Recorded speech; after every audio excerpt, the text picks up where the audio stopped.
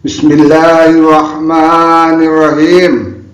Assalamualaikum warahmatullahi wabarakatuh. Sahabat para pengusaha muslim, ahli sorga yang dimuliakan dan dirahmati Allah subhanahu wa ta'ala, dimanapun Anda berada, ketemu kembali dengan saya di channel Coach Bill Yedi. Alhamdulillah, hari ini mudah-mudahan kita semua dalam keadaan sehat semuanya ya, semangat dan selalu dimudahkan Allah dalam beraktivitasnya. Selalu diingat, bisnis itu terkait surga neraka ya, terkait surga neraka. Maka dari itu pelajari ilmu bisnis dan ilmu muamalah dalam bisnis secara kafah dan waro ya. Kafah itu menyeluruh, waro itu hati-hati ya. Agar kenapa hati-hati? Agar Anda selamat di dunia dan di akhirat. Hari ini saya akan berbagi ilmu Allah untuk Anda semua dengan tema hari ini adalah new mindset, new result ya. Jadi pola pikir baru, mindset baru, biasanya ada hasil baru ya. Hasilnya juga beda ya sebetulnya. Dan jangan lupa ya, jangan lupa like and subscribe dan tekan lonceng juga. Hari ini saya akan coba membahas tentang new mindset dan new result ya kan. Kenapa seorang pengusaha muslim mindsetnya harus benar ya kan?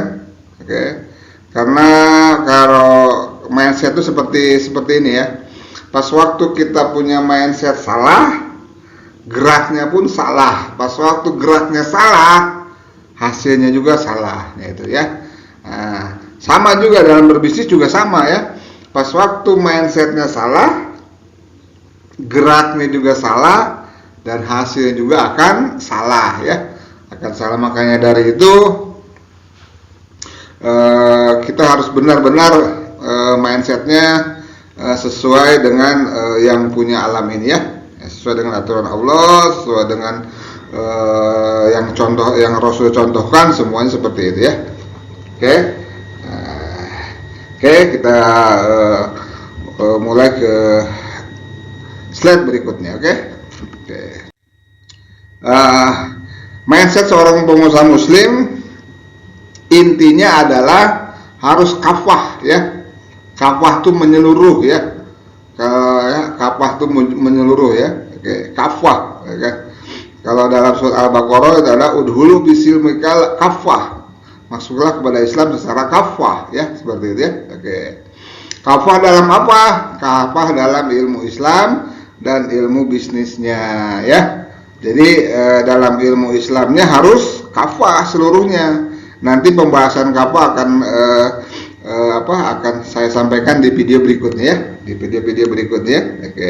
Biar detail seperti itu ya. Nah, jadi seorang pengusaha muslim itu harus kafah ya kan, dalam ilmu Islamnya.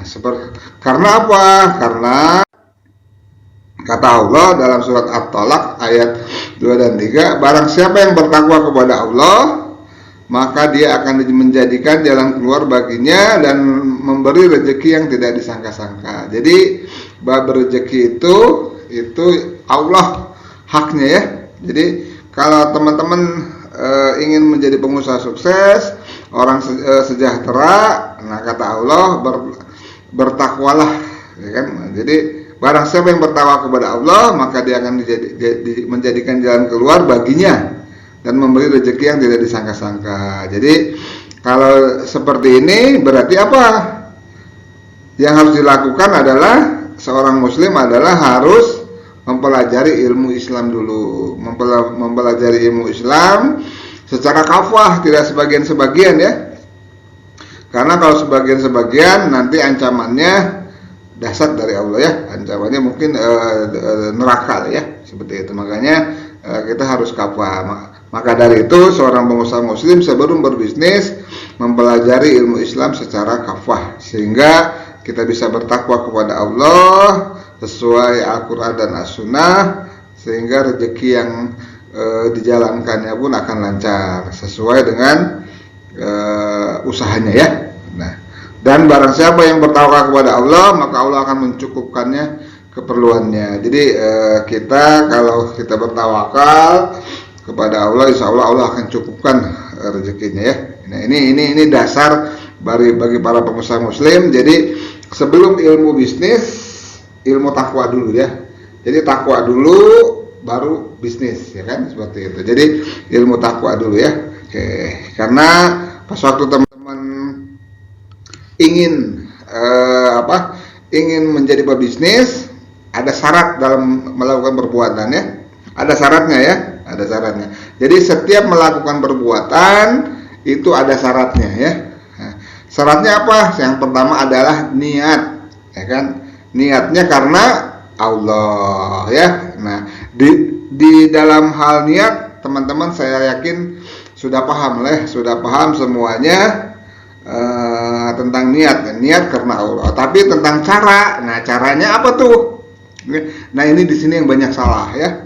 Pas waktu caranya salah, ya udah salah semuanya ya. Kayak seperti itu. Caranya apa? Caranya sesuai dengan aturan Allah. Jadi pas waktu kita melakukan perbuatan, mau menjadi pengusaha, syaratnya ada dua, niat dan caranya. Niatnya karena Allah, caranya sesuai aturan Allah ya. Nah, ini yang suka dilupakan ya. Ini saya dilupakan. Kenapa caranya harus sesuai dengan aturan Allah? Kata Allah dalam surat An-Nisa ayat 14, dan barang siapa yang mendurhakai Allah dan Rasulnya dan melanggar ketentuan-ketentuannya, niscaya Allah memasukkannya ke dalam api neraka, sedangkan ia kekal di dalamnya dan baginya siksa yang menghinakan. Jadi pas waktu kita tidak sesuai dengan aturan Allah, ya ancamannya neraka. Pas waktu kita tidak sesuai dengan ketentuan Allah, ancamannya neraka. Makanya dari itu para pengusaha muslim bukan hanya semangat pengen jadi pengusaha, apa aja dilakukan.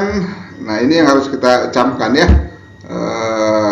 Karena ancamannya adalah neraka dan kekal di dalamnya, kata Allah seperti itu ya. Untuk itu saya mengingatkan kepada diri saya sendiri juga bahwa kita harus mempelajari Islam secara kafah dulu sebelumnya ya, secara menyeluruh, agar tidak satu pun yang tidak terlewatkan ya. Karena pas waktu terlewatkan bahaya. Allah akan meminta pertanggungjawaban di yaumil akhir nanti kelak ya. Untuk itu keislamannya kita harus kafah ya. Kafah, nanti kafah akan saya bahas di video berikutnya ya. Oke. Yang selanjutnya adalah ilmu bisnis. Nah, kenapa ilmu bisnis juga harus kafah? Nah, beda dengan ilmu agama, dengan ilmu Islam. Kalau ilmu Islam itu belajar dulu baru bisnis. Kalau ilmu bisnis itu adalah gerak dulu baru belajar ilmunya, ya kan? Gerak dulu, jalanin dulu aja bisnis itu. Bisa mau jualan dulu, mau bantu dulu, mau jadi pekerja dulu, apapun dulu. Nanti bertahap-tahap baru berbisnis ya, baru cari ilmunya bertahap. Ada masalah cari ilmunya, cara pegawai bermasalah cari ilmunya, marketing bermasalah cari ilmu, terus mencari ilmu sehingga dalam hadis Rasul bilang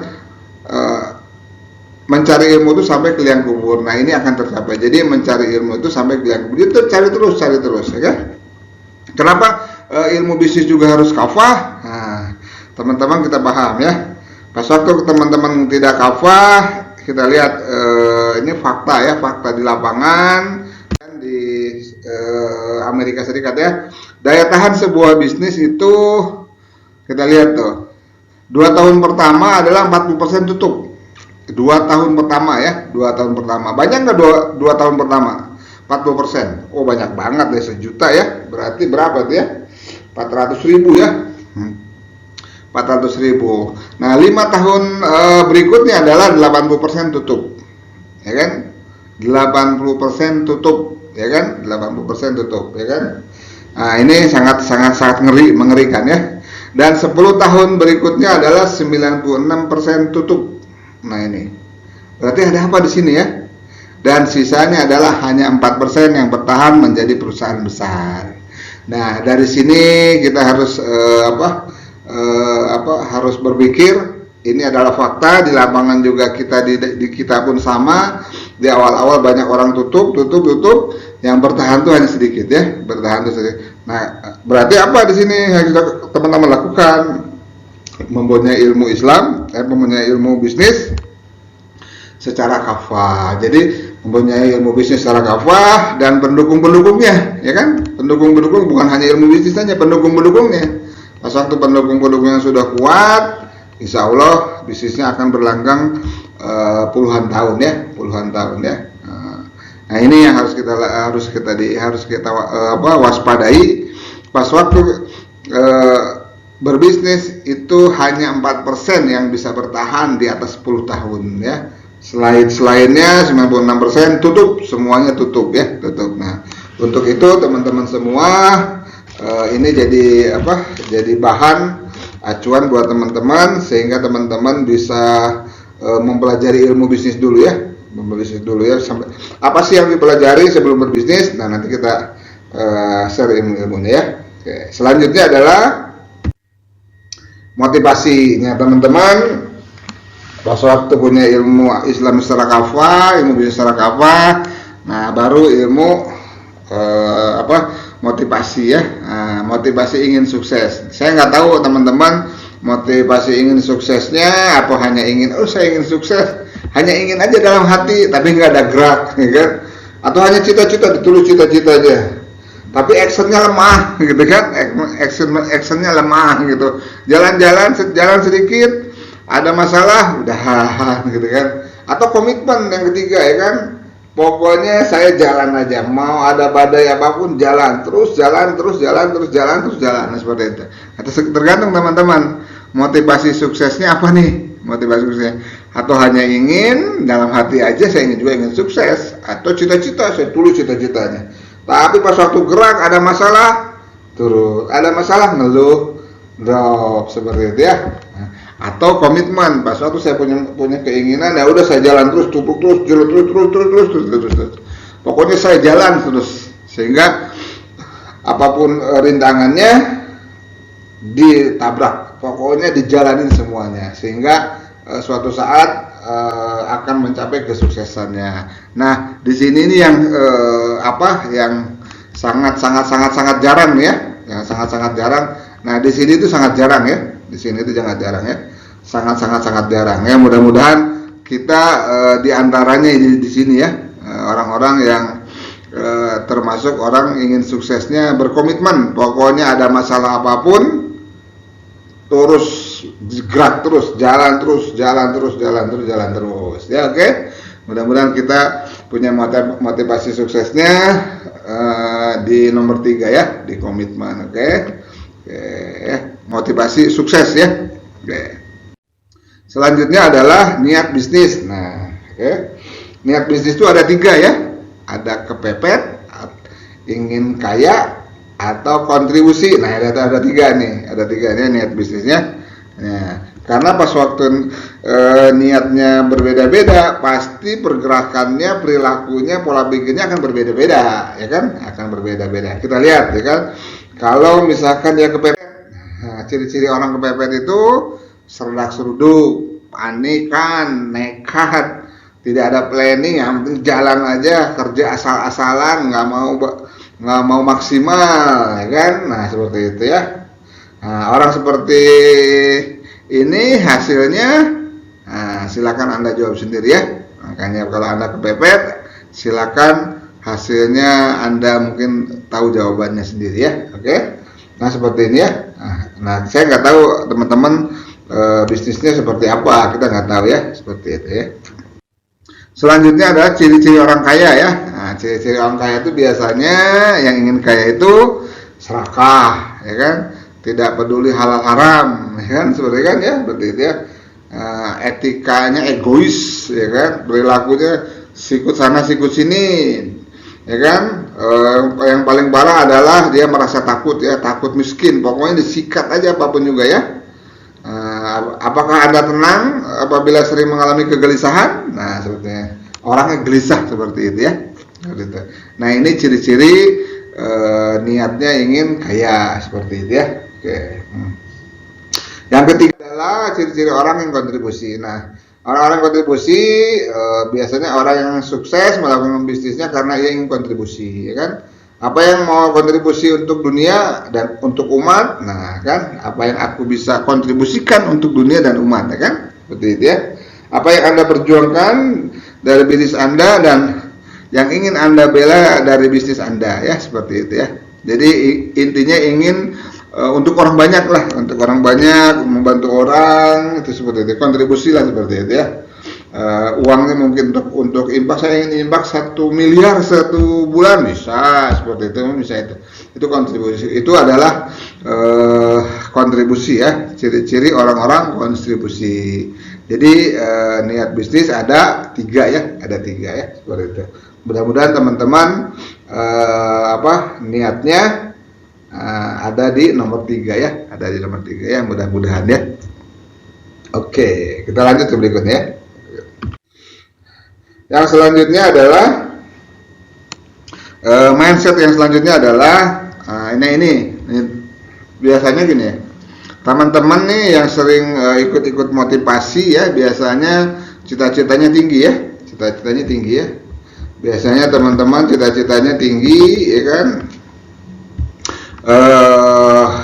Pas waktu teman-teman punya cita-cita, berarti kan ada proses untuk mencapai sini ya, untuk mencapai cita-cita, dream atau cita-cita sukses ya. Ada proses nggak? Pasti ada proses. Nah, cuma kadang-kadang kita suka lupa di balik proses itu ada ujian, ya kan? Ujiannya apa? Berupa masalah, ya. Berupa masalah. Semakin besar cita-citanya, semakin besar juga ujiannya. Semakin besar cita-citanya lagi, semakin besar ujian. Terus besar cita-citanya, semakin besar cita-citanya, maka semakin besar ujiannya. Berupa apa ujian itu? Berupa masalah. Nah, ini yang kadang-kadang nggak paham teman-teman tuh, seolah-olah pas waktu kita menjalankan kehidupan, terus kita punya cita-cita besar, pas waktu jalanin ada yang nguji dari kiri dan kanan, seolah-olah mereka memusuhin kita. Nah, ini yang salah ya. Sebenarnya ujian itu kita yang ngundang sebetulnya. Kenapa ngundang? Kita yang ngundang karena kita membuat cita-cita yang besar ya. Nah, masalah ini datang dari siapa? Masalah ini adalah datang dari orang-orang yang terdekat. Teman-teman harus diingat ya. Pas waktu teman-teman punya cita-cita besar, teman-teman akan dapat permasalahan dari orang-orang terdekat, karena Allah nggak mungkin ngasih ujian orang-orang yang jauh yang tidak ada kaitannya, ya kan? Jadi teman-teman akan diuji oleh orang-orang terdekat. Bisa juga istri, bisa jadi anak, bisa jadi adik, bisa jadi orang tua, bisa jadi saudara, bisa jadi tetangga, bisa jadi klien, bisa jadi teman, bisa teman sekolah, teman main. Kita nggak tahu ujiannya dari mana, tapi ujian itu datangnya dari orang-orang terdekat. Betul nggak teman-teman? Coba teman-teman rasakan. Kira-kira ujiannya dari orang jauh atau orang terdekat? Coba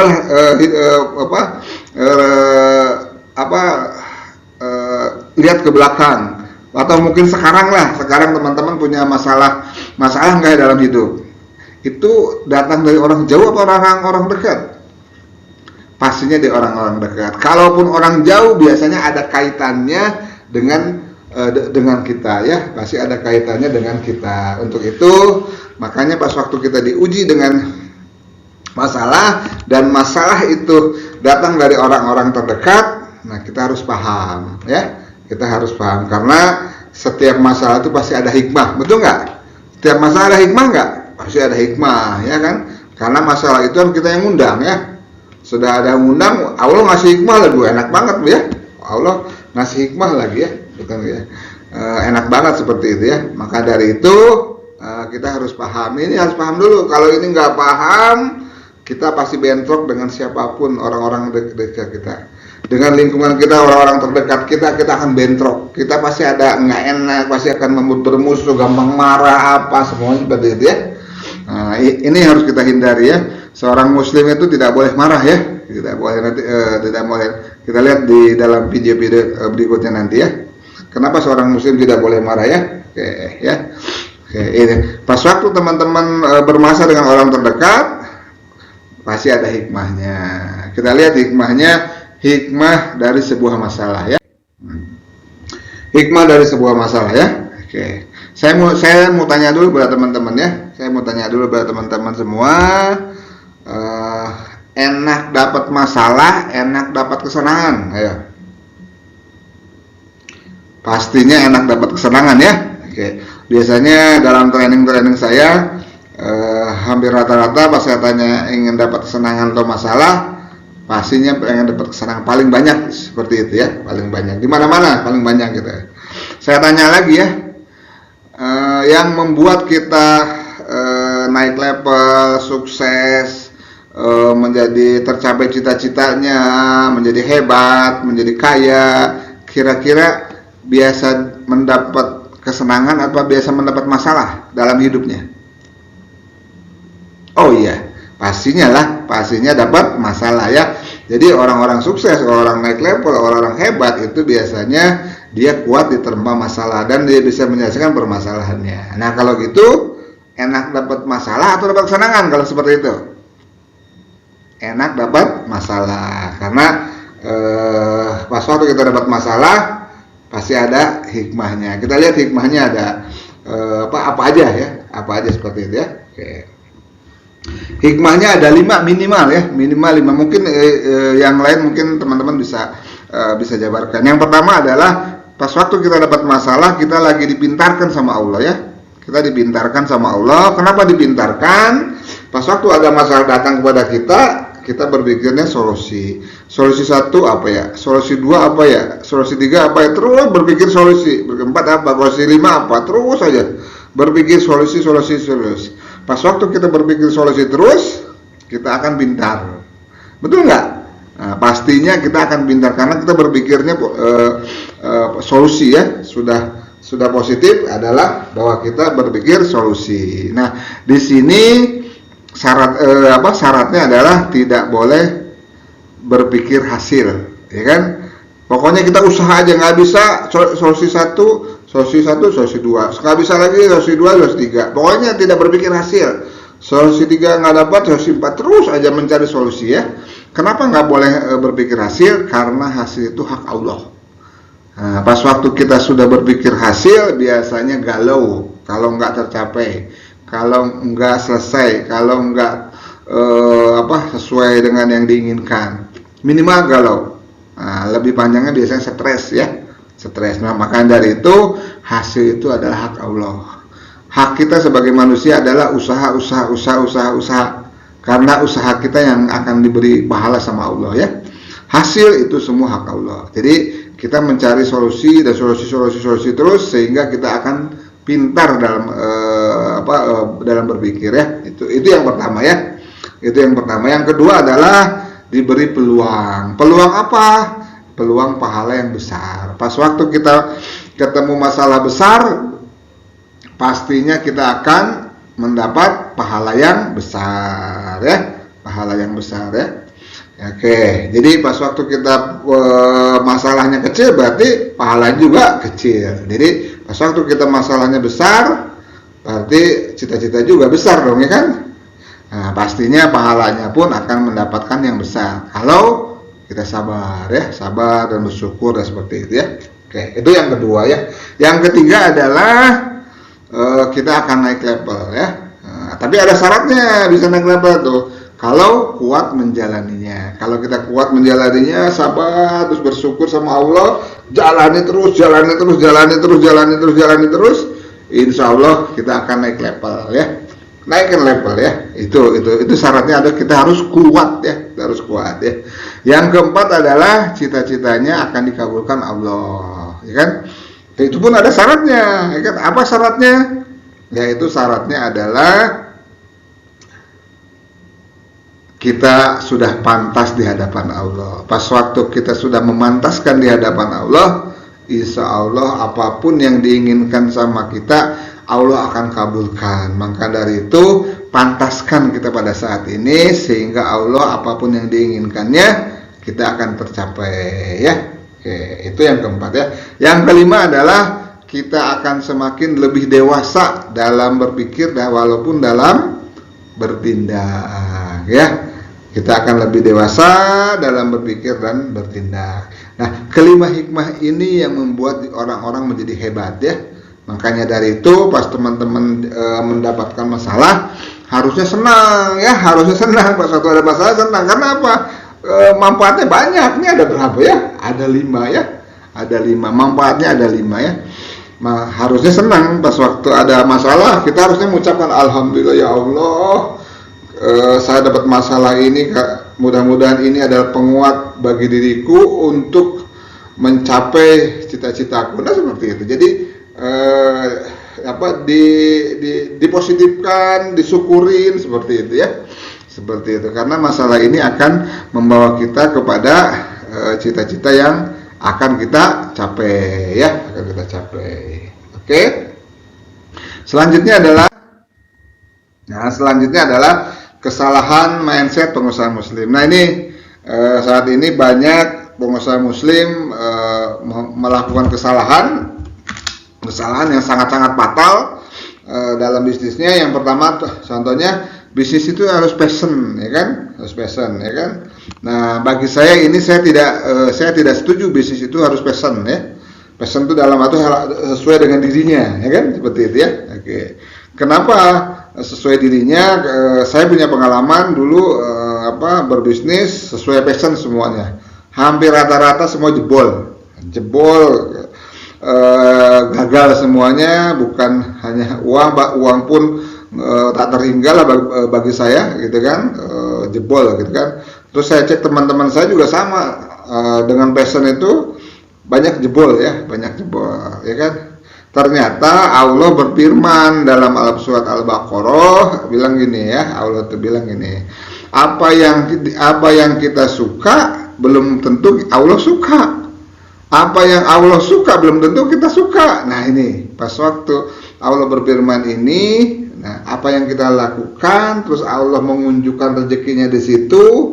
Misalkan saya senangnya kuliner, tapi dikasih kerjaannya konsultan, ya udah jalanin aja. Kalau itu memang menghasilkan uang dan terus menghasilkan uang, jalanin, nikmatin, usahakan dan jadiin passion. Jadi passion itu apa yang ditunjukkan sama Allah dan itu jadi rezeki yang banyak, yang berkah, ya udah itu jadiin passion. Walaupun kita nggak suka, walaupun kita nggak sesuai dengan hati ya, ya. Nah itu tapi jalanin ya kan, karena apa yang kita suka belum tentu Allah suka, kata Allah ya dalam surat Al-Baqarah seperti itu 216 kalau nggak salah seperti itu ya. Nah itu bagi saya bisnis itu bukan passion, karena bisnis itu berhubungan dengan rezeki ya. Pas waktu yang tahu rezeki siapa? Kita tepat sama Allah. Kita apa Allah? Ya Allah ya. Makanya hati-hati dengan passion ya. Saya biasanya saya coret passion itu ya. Saya coret passion itu. Pokoknya kita jalanin hidup ini, suka nggak suka, ditunjukinnya itu sama Allah, udah jalanin, nikmatin, syukurin, jadiin passion. Jadi passion itu apa yang ditunjukkan Allah ya. Hati-hati dengan passion. Oke, itu yang pertama. Yang kedua adalah, nah ini banyak pengusaha-pengusaha awal itu pas waktu kita memulai usaha itu mendahulukan branding kan. Branding itu penting ya, emang benar penting, tapi pas waktu teman-teman baru mulai bisnis, branding itu belakangan ya kan. Branding belakangan nanti aja kalau duitnya sudah banyak, jualannya sudah banyak, nah baru branding ya, kan. Karena di bisnis itu bukan utama branding itu ya, oke. Yang utama itu adalah, pertama adalah ini utamanya produk dan layanan. Produknya ngangenin, layanannya menyenangin. Nah itu dua itu cukup teman-teman, insya Allah bisnisnya akan tumbuh ya. Oke, makanya branding itu hati-hati, itu menyesatkan ya. Branding itu menyesatkan ya. di awal-awal udah branding. Kenapa saya bilang itu branding itu menyesatkan?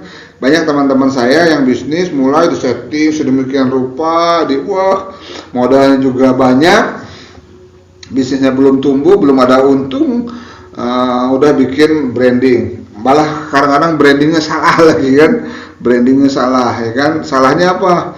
Bikin toko laundry di pinggir jalan ya kan, toko laundry di pinggir jalan, namanya Ismail Laundry. Wah, nama Ismailnya besar banget ya kan, laundrynya kecil ya kan, laundrynya kecil. Terus udah gitu banyak ada kata-kata yang lain, ada alamat, ada apa macam-macam, dan melintang di pinggir jalan ya kan, di pinggir jalan. Pas saya tanya kepada teman tuh kadang-kadang ya, ini target marketnya orang kampung sini atau orang yang lewat? Orang lewat, oke. Yang lewat tuh pakai motor, pakai mobil, oke. Saya bilang cek, kalau sampean pakai motor per detik, lihat bacaannya itu bisa nggak itu bisa dikatakan itu usaha laundry. Dia sendiri pas waktu dicoba seperti itu, oh iya ya itu Ismail katanya kan, saya bilang kan Ismail Laundry itu Ismail doang yang kelihatannya ya, karena kan per detik ya, lihat di motor itu kan per detik kan, per detik di mobil motor itu per detik lihatnya, dia nggak mungkin apalagi membaca lewat dari tiga kalimat ya, nggak mungkin. Biasanya 2 dan 3 itu udah maksimal itu ya. 1 yang 2 yang bagus seperti itu. Nah ini yang banyak para pengusaha muslim yang membuat branding tapi tidak pas ya, tidak pas. Nah itu nantilah kalau teman-teman di awal produk aja lah, misalkan laundry biar gede aja, laundry Ismailnya lah kecil aja di bawah ya. Mungkin yang teman-teman aja yang pengusaha aja yang lihat ya. Jadi produknya aja ya yang dimunculkan kalau di awal-awal ya. Kecuali udah ngetop, orang udah habit, orang udah bolak-balik dan semua orang udah tahu, ya itu silahkan, itu seperti itu. Oke, itu branding ya. Yang selanjutnya adalah kesalahan mindset adalah tidak mau belajar total, ya kan? Umat muslim itu pas waktu udah bisnis udah cari uang aja tuh, nggak pernah mau belajar, ya kan?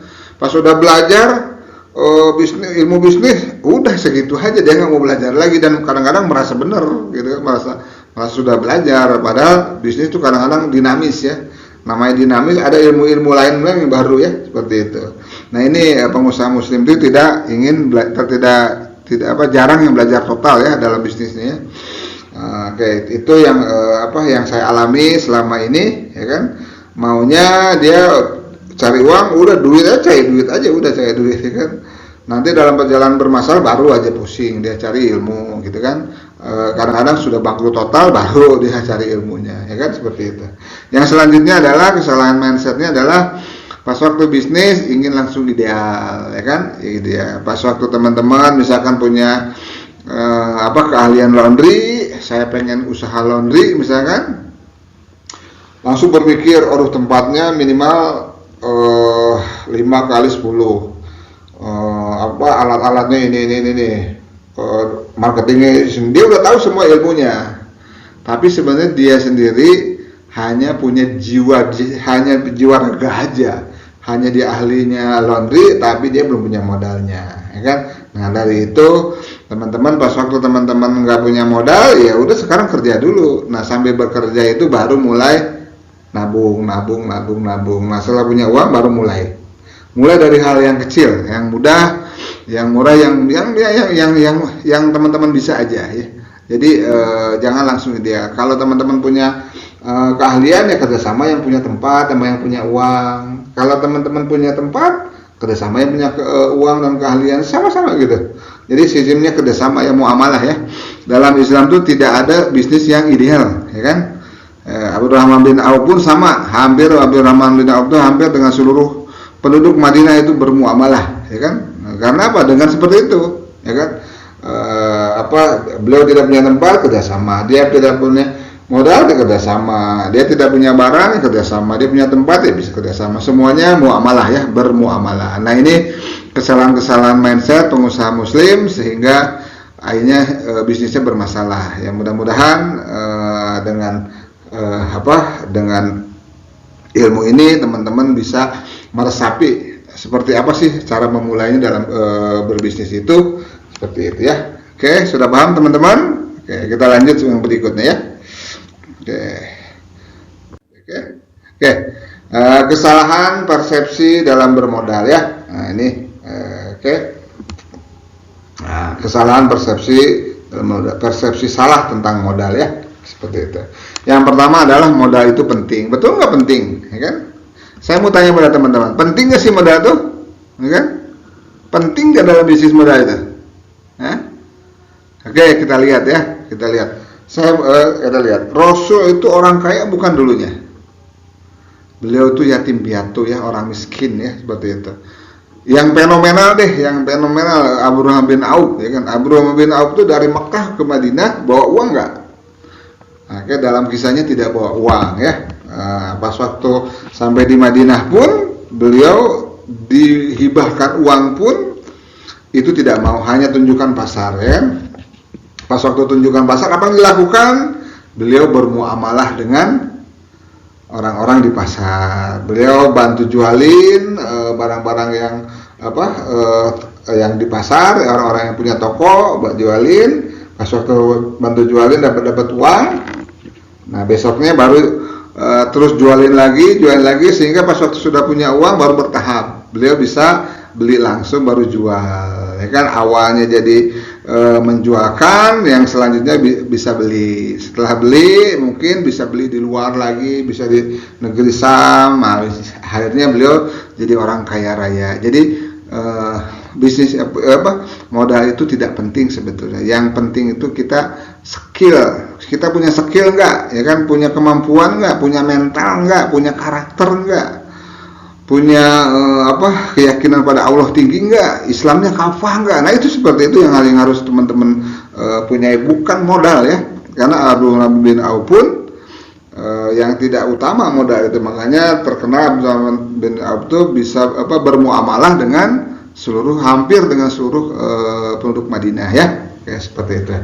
Yang selanjutnya adalah formula modal. Nah, teman-teman, ini bagi teman-teman yang ingin usaha bisnis di awal ya kan, formula modalnya harus sesuai dengan seperti ini ya. Karena pas waktu formula modal teman-teman biasanya bermasalah. Contoh bermasalah gini ya.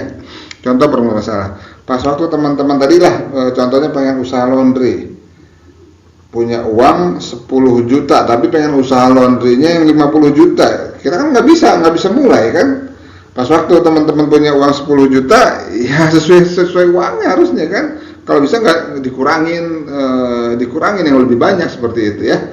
Pas waktu akhirnya apa? Pas waktu teman-teman pengen usaha laundry punya uang 10 juta, akhirnya minjem sama teman, sama saudara, kadang-kadang sampai sama bank yang ada dosanya, ada riba ya, seperti itu. Jadi ini yang bahayanya ya. Pas waktu kita teman-teman pengen usaha tidak boleh ideal. Nah, formula dalam modal pas waktu teman-teman mau mulai bisnis seperti ini yang diharuskan. Formula memulai bisnis itulah, misalkan teman-teman punya uang 10 juta ya kan. Yang boleh dibisniskan adalah hanya 20-30% ya. Teman-teman, hanya 20-30%. Berarti berapa kalau 10 juta? Berarti uangnya 3 juta. Nah, pas waktu teman-teman yang dibolehkan untuk bisnis 3 juta, cari bisnis yang sesuai modal yang ada. 3 juta apa itu serah, mau jual cilok, mau jual mie ayam kayak, mau jual gorengan kayak, apa aja deh pokoknya. Yang penting memulai bisnis dengan uang 3 juta. Karena bisnis itu sangat dinamis. Hari ini untung, besok bisa gagal. Hari seminggu untung, 2 hari bisa liwat itu semua modal-modalnya ya. Nah, hati-hati dalam bisnis itu, karena bisnis itu dinamis. Pas waktu teman-teman tidak paham ilmunya, itu jeblos, gagal, hancur semuanya ya. Hancur. Makanya pas waktu nanti dengan uang 3 juta itu jalanin sebulan, 3 bulan, pas waktu 3 bulan ada kenaikan, support. Ada kenaikan, pengen tambah modal, support sedikit. Kan masih ada tuh 7 juta lagi ya. Terus ada kenaikan, support lagi sedikit. Nggak usah langsung jeblok, nggak usah. Walaupun peluangnya banyak, sedikit-sedikit aja, sedikit-sedikit saja. Ada pepatah orang Padang itu pas waktu orang beli hari ini 5 liter, yang belanja 5 liter, ya besok 5 liter lagi.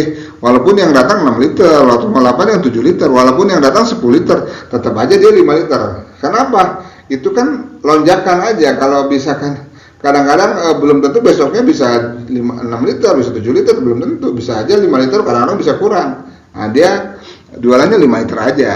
Nanti setelah 3 bulan baru mulai naikin. Biasanya 3 bulan tuh kenaikannya tuh, 3 bulan dinaikin, baru sekitar naikin jadi 6 liter sehari seperti itu. Nah, itu sama di bisnis pun. Pas waktu teman-teman dari 3 juta itu 3 bulan udah bagus, naikin support 500.000 kayak, sejuta kayak, nanti cek lagi 3 bulan sudah bagus, kira-kira bagus, support lagi. Nah, tentu kebalikannya, pas waktu kita bisnis terus turun, tidak ada keuntungan, ya kan? Terus turun lagi pas waktu teman-teman jebol pun, gagal pun, uang 3 juta, teman-teman masih ada uang sisanya 7 juta lagi. Pas waktu masih ada 7 juta lagi, teman-teman baru mulai bisniskan lagi. Sama menghitungnya kayak 30%, ya. 30% dari 7 juta, hanya itu dia. Jadi pas waktu teman-teman baru mau mulai bisnis, pas waktu punya tabungannya 10 juta, hanya 20-30% yang boleh diperbolehkan untuk modal, ya. Karena bisnis itu dinamis, pergerakannya cepat, sangat liar. Pas waktu teman-teman liar, itu gagalnya itu bisa sakit hati gitu, ya. Ya, saya juga pernah ngalamin, teman-teman saya mengalamin, saya lagi coaching bisnis pun sering ngalamin teman-teman yang seperti itu. Makanya dari itu harus hati-hati dalam bisnis, ya. Oke, selanjutnya adalah fakta orang sukses, ya. Oke, teman-teman pastinya ingin sukses, ya. Kita lihat fakta orang sukses. Ada 3 fakta orang sukses, ya. Yang pertama, orang sukses itu tidak datang, ya mungkin bukan tidak datang, ya. Saya mau tanya dulu, ya teman-teman, ada nggak orang sukses yang uangnya banyak dulunya orang kaya raya orang tuanya, ya kan? Saya rasa sih nggak ada, ya. Saya sih termasuk termasuk susah mencarinya. Kalaupun ada, cek hartanya sudah melebihi orang tuanya belum. Kalau dia sudah melebihi orang tuanya, berarti dia emang sukses. Tapi kalau dia belum melebihi orang tuanya, berarti apa? Berarti dia memakai fasilitas orang tua, ya.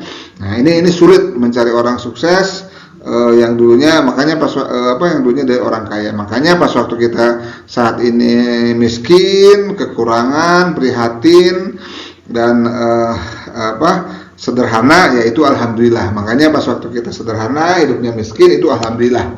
Karena orang-orang kaya raya datangnya dari orang miskin, datangnya dari orang teraniaya, datangnya dari orang yang sederhana, dari orang yang gigih lah, seperti itu, ya. Makanya jangan putus asa. Pas waktu teman-teman miskin, itu alhamdulillah berkah untuk menjadi orang kaya, ya kan? Selanjutnya adalah fakta orang sukses yang kedua adalah orang sukses itu saya mau tanya juga pada teman-teman, ada nggak orang sukses yang uangnya banyak dulu sekolahnya sekolah tinggi? Sekolahnya pintar ya, ranking 10, ranking 5, ranking 3 besar, atau ranking 1 lah gitu, ya. Ada nggak orang sukses yang dulu sekolahnya pintar, ya kan? Nah, saya juga termasuk sulit mencarinya orang ini, ya. Hampir rata-rata orang-orang sukses itu dulu sekolahnya bermasalah, ya kan? Pendidikannya bermasalah, ya. Kadang-kadang rankingnya nggak jelas, ya. Bisa nggak jelas, bisa nggak pokoknya mungkin di atas 10 kali, ya, seperti itu, ya. Itu dia, maka dari itu teman-teman jangan putus asa kalau di sekolahnya rankingnya tidak bagus, ya. Bagi saya ke anak-anak saya menekankan yang penting anak-anak saya soleh dan solehah. Ranking itu nggak penting, pinter itu nggak penting. Biasanya orang-orang soleh itu akan pinter biasanya, ya. Oke, seperti itu. Nah, itu, ya. Karena orang-orang sukses yang uangnya banyak itu tidak datang dari orang pintar. Yang ketiga adalah, adakah orang sukses yang kaya raya yang dulunya sekolahnya tinggi? sulit juga ya. Nah, sulit juga. Jadi orang sukses itu ternyata tidak datang dari sekolah tinggi ya. Jangankan di kita ya, di luar negeri pun, di Amerika, di seluruh dunia mungkin sama seperti itu ya. Mereka kayak model yang punya Facebook itu pun DO, Bill Gates pun DO ya kan. Warren Buffett pendidikannya nggak ngerti, nggak jelas ya. Ya oke. Jack Ma seperti apa pendidikannya, kan banyak, hampir 100 pengusaha sukses di Amerika pun itu bermasalah dalam pendidikannya ya. Nah, jadi sebetulnya kalau teman-teman ingin sukses, sukses itu tidak berpengaruh dari kekayaan. Pas waktu teman-teman miskin itu alhamdulillah. Pas waktu teman-teman nggak ranking itu pun alhamdulillah ya. Pas waktu teman-teman nggak bisa sekolah tinggi, jangan berkecil hati ya. Karena orang-orang sukses tidak datang dari orang sekolah tinggi ya, tidak datang sekolah tinggi ya. Maka dari itu teman-teman, kita nikmati hidup ini, kita jalani hidup ini, kita berjalan terus meraih ridho Allah, meraih cita-cita, bergerak seperti itu. Insya Allah teman-teman bisa sukses ya. Asal ada kemauan, asal ada keinginan, asal ada komitmen, asal ada iman yang kuat di dalamnya, insya Allah akan sukses lah. Oke, jadi itu 3 fakta orang sukses ya. Tidak datang dari orang kaya, orang sukses tidak datang dari orang pintar, dan tidak datang dari orang yang sekolah tinggi ya. Semua punya kesempatan ya, punya kesempatan. Oke, kita lanjut yang berikutnya ya. Yang selanjutnya adalah mindset yang selanjutnya adalah motivasi dalam Islam. Jadi motivasi dalam Islam itu ada 3 ya, ada 3.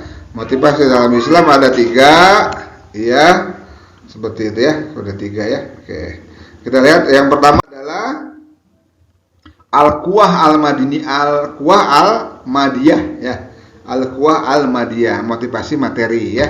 Nah ini paling banyak di sini nih, kita ini Al-Quwah Al-Madiyah ya, ingin punya rumahnya mewah kalau bisa ya, punya mobil ya kan, mobil mewah ya kan, kalau bisa bukan rumah aja, villa apa semuanya. Nah ini motivasi materi ya, dan ini dalam Islam adalah motivasi terendah ya. Berarti orang-orang saat ini orang-orangnya rendah ya.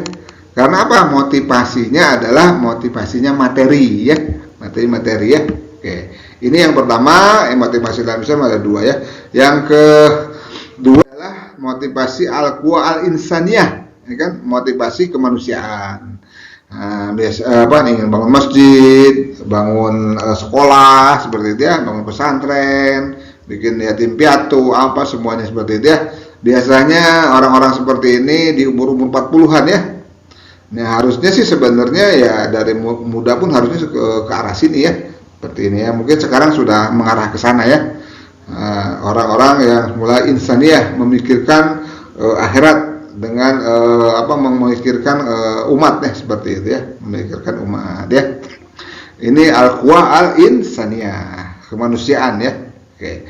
Nah ini yang ketiga adalah al-quwah ar-ruhiyah. Nah motivasi karena Allah ya. Nah ini yang jarang ya.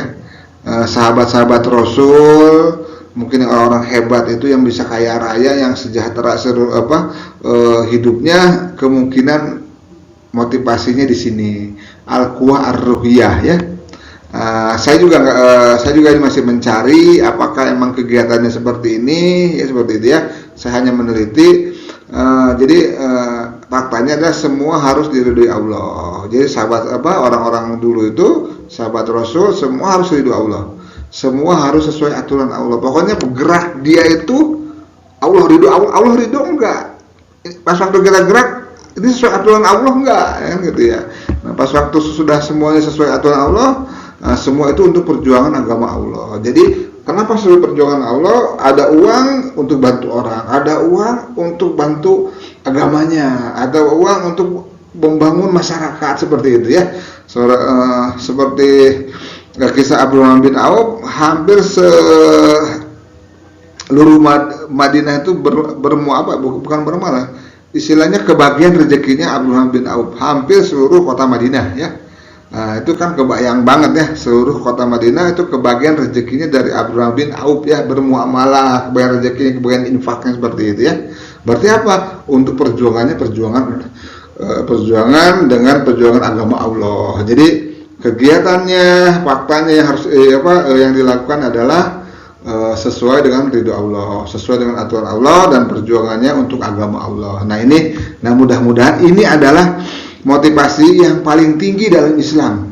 Nah, mudah-mudahan umat muslim, teman-teman para pengusaha muslim, motivasinya di sini nih.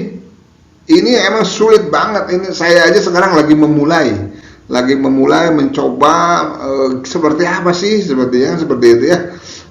Untuk mencapai ar-ruhiyah itu seperti ini. Itu lumayan ekstra. Dari materi ke sini itu lumayan ekstra ya teman-teman. Insya Allah kita latihan ya teman-teman ya, kita coba latihan ya, insya Allah teman-teman bisa lah, saya yakin teman-teman bisa ya. Saya juga lagi mau belajar ke arah sini ya, sebagai sini ya, karena kalau dengan ar-ruhiyah itu biasanya materi tidak ada, makanya hidupnya sederhana ya, rumah tuh nggak ada yang mewah, hidupnya sederhana. Itu fakta-fakta fakta-fakta yang dilihatnya ya.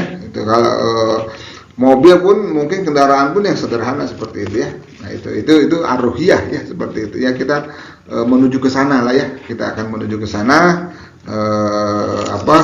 menuju motivasi yang tertinggi di hadapan Allah ya, seperti itu ya. Oke, sampai di sini tentang mindset. Mudah-mudahan teman-teman pas waktu mendapatkan mindset yang baru akan mendapatkan hasil yang sesuai ya. Hasil yang baru juga ya, hasil yang baru yang diridhoi Allah, yang sehingga bisnisnya bisa berkembang ya, mudah-mudahan kita semua bisa mempunyai mindset yang bisa menyelamatkan hidup kita di akhirat kelak ya, mempunyai mindset yang membuat bisnis kita diridhoi Allah ya, mempunyai mindset yang semuanya semua diridhoi Allah dan dimudahkan Allah dalam jalannya. Mungkin itu aja apa yang saya sampaikan pada saat ini. Kalau ilmu ini bermanfaat untuk Anda, jangan lupa ya, like and subscribe dan tekan loncengnya. Oke. Agar sharing ini diberkahi Allah. Kita tutup pertemuannya dengan membaca hamdalah, istighfar dan doa kifaratul majlis ya. Alhamdulillahirabbil alamin. Astaghfirullahaladzim. Subhanaka Allahumma wa bihamdika asyhadu an la ilaha illa anta astaghfiruka wa atubu ilaik. Terima kasih kepada teman-teman semua. Ketemu lagi di channel Coach Bill Yedi berikutnya. Insya Allah saya akan sharing-sharing terus tentang ilmu bisnis. Mudah-mudahan hari ini kita tentang bisnis mastery. Bisnis mastery itu ada beberapa pembelajaran ya. Ini yang pertama ya. Ini yang pertama ada mungkin 10 bisnis mastery yang videonya nanti ya. Mudah-mudahan ini bisa jadi sesuatu ilmu yang baru buat teman-teman, atau mungkin teman sudah lama ya yang mempunyai ilmu ini ya dan tinggal menerapkannya ya. Itu aja dari saya. Terima kasih. Assalamualaikum warahmatullahi wabarakatuh.